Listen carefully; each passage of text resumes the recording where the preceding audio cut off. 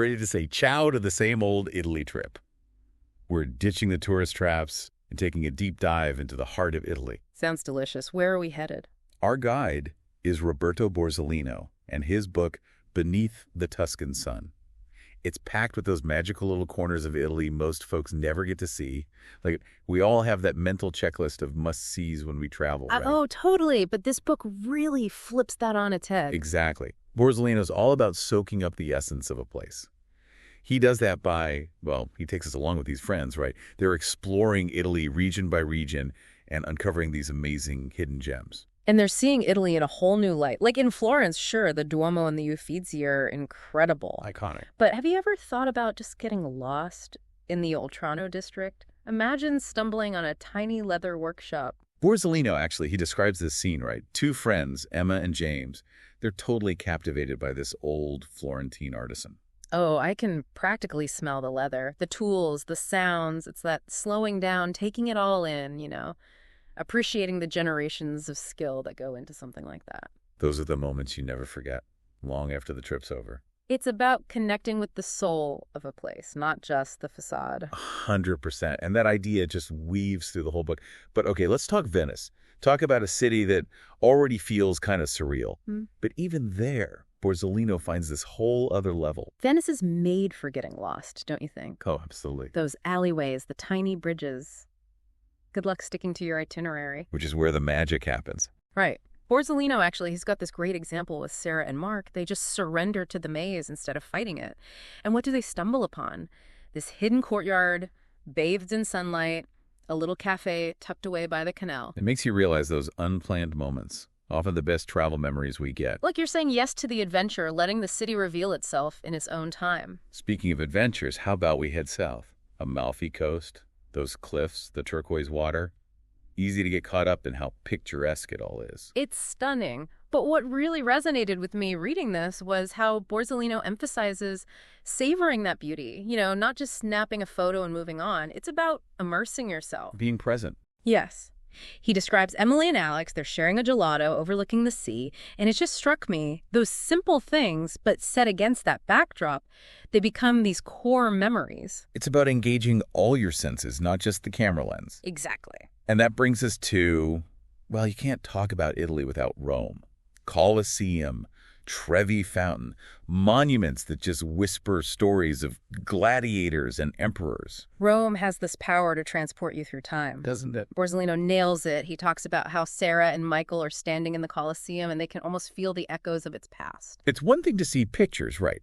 But to stand there, to feel the history beneath your feet, totally different. He wants us to go beyond just seeing these places. We have to feel their energy, their stories. Like, close your eyes and imagine the roar of the crowds, the clash of gladiators, the grandeur of ancient Rome. And what gets me is how Rome blends that ancient past with this vibrant energy it has today. Yeah. You can wander through the Forum, then be eating pasta in a piazza, like right nearby. Yeah. The city's a testament to, its own enduring spirit. It's incredible. So from the ancient heart of Rome, we're going to switch gears.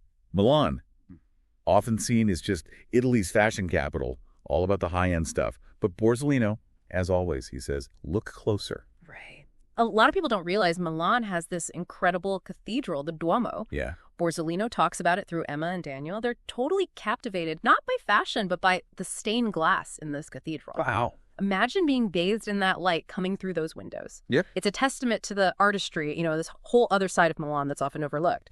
It's interesting how he uses the Duomo, which is this masterpiece of Gothic architecture, but it's right there in this bustling modern city. Perfectly said. It's like Milan itself is a blend of old and new, all mixed together. From that energy of Milan, let's take a breath. We're going to Lake Como.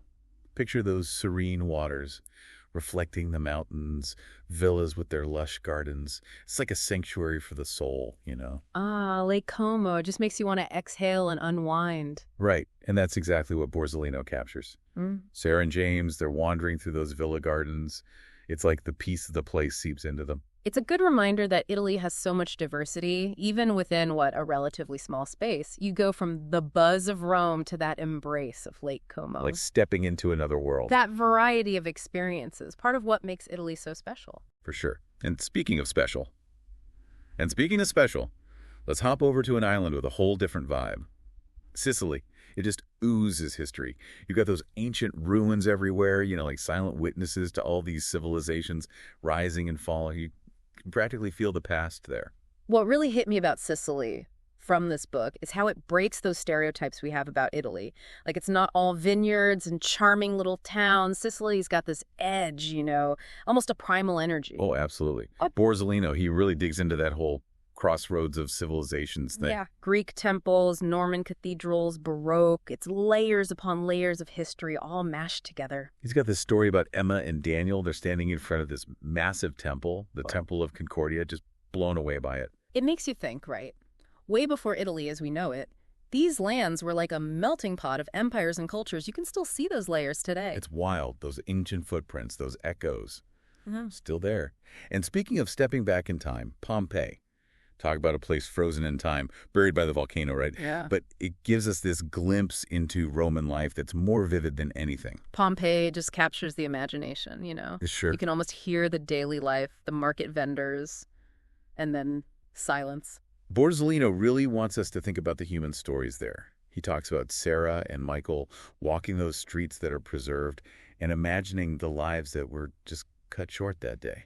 It's easy to focus on, the historical significance, but Pompeii at its core is about people, their hopes, their dreams, their struggles, all frozen. It reminds us that history isn't just dates and names in a book, it's real lives. But, okay, from Pompeii, let's shift gears to something totally different. Sardinia. Think pristine beaches, rugged mountains, a landscape that hasn't really changed much for centuries. Now, Sardinia, that always felt kind of mythical to me. Like, it's part of Italy, but also its own thing. And Borzellino, he's all about that sense of adventure, pushing beyond the usual tourist spots, right? Totally. Yeah. He actually says Sardinia rewards you if you're willing to get off the beaten path. He mentions this place, Gola di Goropu. It's this incredible canyon. Not easy to get to, but worth it. It's like he's saying, this amazing thing is out there, but you got to earn it. And honestly, that appeals to a lot of travelers, right? Oh, absolutely. That thrill of discovery, that sense of accomplishment, it's addictive. From rugged Sardinia, we're hopping over to an island with a totally different vibe. Capri. I always thought of it as this, glamorous spot for the rich and famous. Yachts, designer shops. But Borzellino, he shows us another side. It's easy to forget. With all the glitz, Capri's got some serious natural beauty. Right. He wants us to find those hidden coves, the quiet spots, escape the crowds, and reconnect with the island's, peaceful heart. He describes this place, Marina Piccola, a little harbor tucked away on the coast. You can practically feel the warm sand, hear the waves, a world away from the crowds. Like finding an oasis. Okay, we can't talk about Italy without, the Uffoed. And for a true culinary adventure, we got to go to Naples, birthplace of pizza. Naples just gets under your skin. The smells, the sights, those markets with the colorful produce, the energy in the streets. It's toxic. And the food. It's all about simplicity tradition. Borzellino describes it as a celebration of fresh ingredients. No fuss, just pure flavor. He even tells this story. A local family invites these travelers for a home-cooked meal. Oh, I love that. No menus, nothing fancy, just that pure joy of sharing a meal with good company. It reminds us that sometimes the best food experiences aren't in fancy restaurants, but in those moments of connection. 100%. From the deliciousness of Naples, let's head north. To a city that often gets overshadowed by its more famous neighbor, Florence, Pisa. Most folks know the Leaning Tower, but Borzellino says, stick around, there's more to see. Yeah. It's easy to just check the tower off the list and move on. But there's so much more if you just wander a bit. He leads us through these cobblestone streets. We discover hidden churches, little piazzas.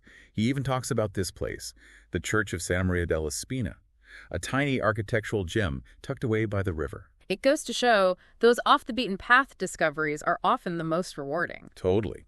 And speaking of discoveries, let's head into Tuscany. Talk about a region that just embodies, la dolce vita. The rolling hills, vineyards everywhere, those villages that feel like they're frozen in time. It's all about savoring life. Tuscany just seems to exude that slower pace of life, doesn't it? Borzellino really captures it. He talks about how in Tuscany it's all about embracing that rhythm of nature. Whether you're enjoying gelato in a sunny piazza in San Gimignano or just getting lost in the countryside, smelling the lavender, the rosemary. It's about disconnecting from the rush and rediscovering the simple things. Exactly. And for our final stop, we arrive at a city steeped in romance, tragedy, all that good stuff. Verona, home to Romeo and Juliet. It just tugs at your heartstrings, this place where the past feels so alive. Verona's got this pull, you can't help but be drawn in. Borzellino describes it as a city that embodies both the light and dark sides of, well, being human. He talks about how if you stand beneath Juliet's balcony, you can almost feel those echoes of their love story, the weight of their choices. It reminds us that travel isn't just about seeing new places. It's about connecting with emotions, with stories that, speak to us across time. So as we wrap up our deep dive into Italy, what speaks to you? What adventure's calling your name? Is it that energy of Rome, the peace of Lake Como, the art of Florence, or maybe something else entirely? Every corner of Italy holds a different kind of magic.